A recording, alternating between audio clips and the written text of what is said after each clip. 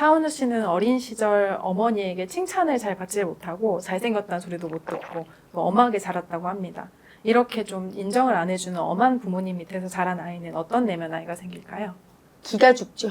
그리고 실제 자기보다 자기를 과소평가하고 자기 주관이 뚜렷하기보다는 남의 의견에 많이 흔들릴 수 있어요. 마음이 유약할 수 있다고. 칭찬 반, 지적 반, 뭐 이 정도 받았어야 되거든. 아니면 제일 좋은 건 한 6대 4. 너무 칭찬만 받는 것도 나쁘거든요. 근데 긍정적인 피드백을 6. 그 다음에 좀 부정적인 피드백 4 정도. 아픔을 4. 근데 거의 부정적이야. 9, 막 10, 막 이러면 자기가 머리로는 자꾸 긍정적이라고 하려고 해도 자꾸 자기가 움츠러들어요. 두렵고 약자가 돼, 무의식에. 그러면 남이 세게 뭘 얘기할 때 그냥 이 사람 뜻대로 해야 될 것 같죠? 그냥 끌려가는 거지. 약자가 되지, 되게. 남자치고는 되게 유약하고 결단력 없고 남자다운 게 아니라 조금 의지하고 이런 약자, 여성성의 마음, 아기 마음을 많이 쓰게 되죠. 차은우 씨는 학교에서는 인정만 받는 삶을 살다가 늘 못나고 열등감을 겪었던 연습생 생활을 통해서 자신이 더 나은 인간이 되었다고 이야기를 했습니다. 이 이야기에서 어떤 내면 아이가 느껴지시나요? 본인이 버림받을까 봐 너무 두려워서 모범생이었을 거예요. 사랑만 받으려고. 엄마 아빠한테 사랑을 못 받고 날마다 버림받은 아픔, 지적질 당하는 아픔을 보니까 어떻게든 사랑받겠다고 집착하면서 막 학교 생활을 했는데 그 집착하는 놈이 약자였거든. 열등이 약자. 근데 진짜 강자가 되려면 미움을 많이 받아야 돼. 미움받은 아픔을 많이 느끼고 죽어야 돼요. 그 약자가. 그래서 남들이 비난해도 내가 이거 해야지 그럼 딱 가야 되는데 사랑만 받겠다고 집착하는 그 열등이 약자 마음만 있으면 남이 뭐라고 지적하면 바로 자기 꼬리 내리고 남한테 다 맞춰주고 자기 길을 못 걸어요. 결단력도 없고 우유부단하고. 근데 그 연습생 생활을 하면서 엄청 미움받고 할 때 그 약자가 죽은 거예요. 유약하고 사랑 없이 못 살고 사랑만 받겠다고 하는 놈이 죽고 좀 미움도 받아서 그때 조금 강해진 거지. 강단이 좀 생겼죠. 되게 좋은 경험이지, 인생에서. 네, 이분은 브랜드 모델이 되기를 꿈꿨고 지금은 본인이 원하는 삶을 살고 있습니다. 이렇게 원하는 것이 이루어지는 무의식과 그렇지 못한 무의식은 어떤 차이가 있을까요? 이루어지는 무의식은 어릴 때부터 뭔가 내가 나에 대해서 긍정적인 피드백을 스스로 많이 줬다는 얘기예요. 내가 원하는 건 될 수 있다고 믿고. 근데 이거는 자기 일대에 걸쳐서 내가 그렇게 스스로 생각하긴 힘들어. 우리는 그냥 내가 독단적인 내가 생각하는 게 아니거든. 모든 조상의 합. 엄마 아빠가 긍정적인 거야. 무의식이. 할머니 할아버지가 긍정적이야. 나는 하면 된다. 뭐 이런 무의식이 있을 때 그 무의식이 유전인자로 내려와서 DNA 자체가 스스로 내가 될 수 있어. 내 뜻대로 살 수 있어. 이게 발현이 되는 거지. 늘 부정적이고 안 된다가 너무 세게 조상관념에 있으면 사실은 자기가 노력해도 계속 올라오는 걸 안 될 거야, 못 할 거야. 이렇게 올라오는 마음을 어떻게 해요? 그래서 이제 마음 공부에서 그런 부정적인 무의식에 대해서 인정해주고 왜 그렇게 올라오는가 허용을 안 해준 거야, 부정적인 거.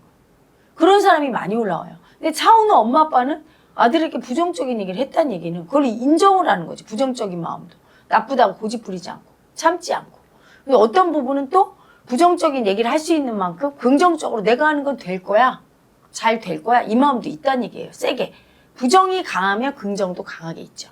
그래서 그런 DNA, 유전인자가 있어서 그게 가능한 거죠. 노력해서 될 부분은 아니죠.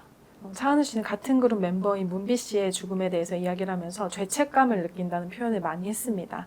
그 인터뷰에서 어떤 내면 아이가 느껴지셨나요? 다 네 탓이야. 책임져.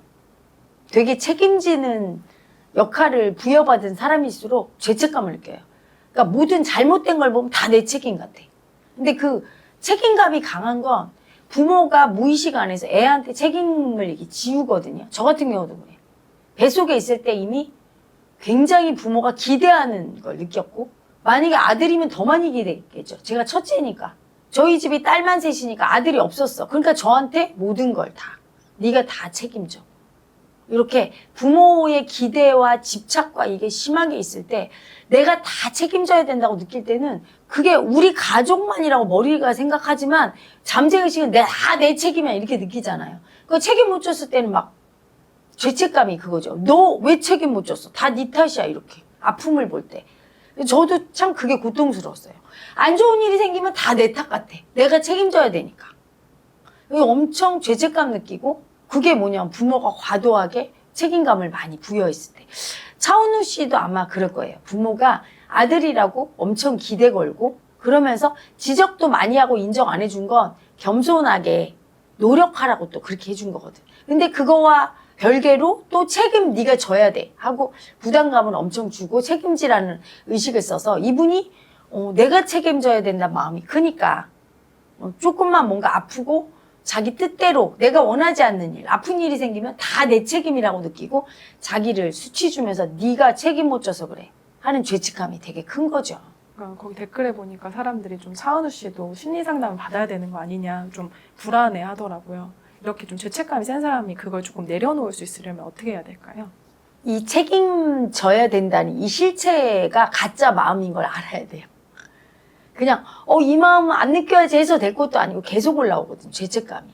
그 마음이 가짜인 걸 알아야 돼. 네가 죄인이야, 네 탓이야 하는 내면의 소리. 책임 꼭 져야 된다는 마음이 있으니까 못 졌을 때 이렇게 올라오죠. 그러니까 이 책임져야 된다는 마음의 근원이 사실은 뱃속에서 엄마 아빠로 인해서 엄청난 기대감으로 나를 아기를 생각할 때 엄청 기대하고 얘가 잘 될 거야. 이 책임감을 주는 거죠. 네가 다 책임져야 돼. 이렇게 했던 엄마 아빠의 마음으로 인해 생긴 거고. 그래서 그런 기대감 때문에 아프거나 힘든 일이 생겼을 때 다 내가 책임져야 되는데 못 졌다고 나를 수치 주는 내면의 가해자가 네 책임이라고 하는 내 내면의 목소리, 가짜 목소리라는 걸 자기가 뚜렷이 인식해야 되는 거지. 그냥 조금 상담받아서 될 부분은 아니죠. 조금은 완화는 되는데 완전히 교정돼서 그것에서 벗어나려면 그 죄책감이 허상이고 책임져야 된다는 마음도 허상이고 가짜라는 걸 알아야, 마음이 가짜라는 걸 알아야 내가 왜 가짜 마음한테 끄달려 다녔네? 이러면서 벗어날 수 있게 돼요. 차은우 씨는 자신의 치부를 드러낼 수 있는 사람이 있었으면 좋겠다고 말하면서 눈물을 흘리는 모습을 보였습니다.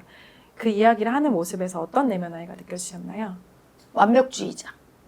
부모가 굉장히 바라고 기대하는 게 많은 사람은 되게 스스로를 완벽주의자 되게 하려고 하는데 완벽주의자들의 특징이 뭐냐면 자기의 수치나 열등한 부분에 대해서 엄청 억눌러요.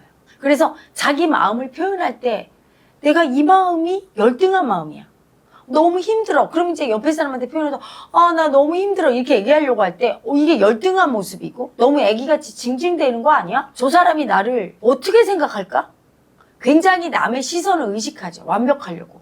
그래서 마음을 분별하면서 내가 힘들고 열등하고 뭐 미움이라든가 가해자라든가 이런 걸 쓰면 안 되는 거야. 올바르고 착하고 남을 도와주고 남을 절대 힘들게 안 해야 되고 이런 자기 자신을 완벽하라고 수치 주면서 막 압박하는 마음이 있어요. 그래야 된다고.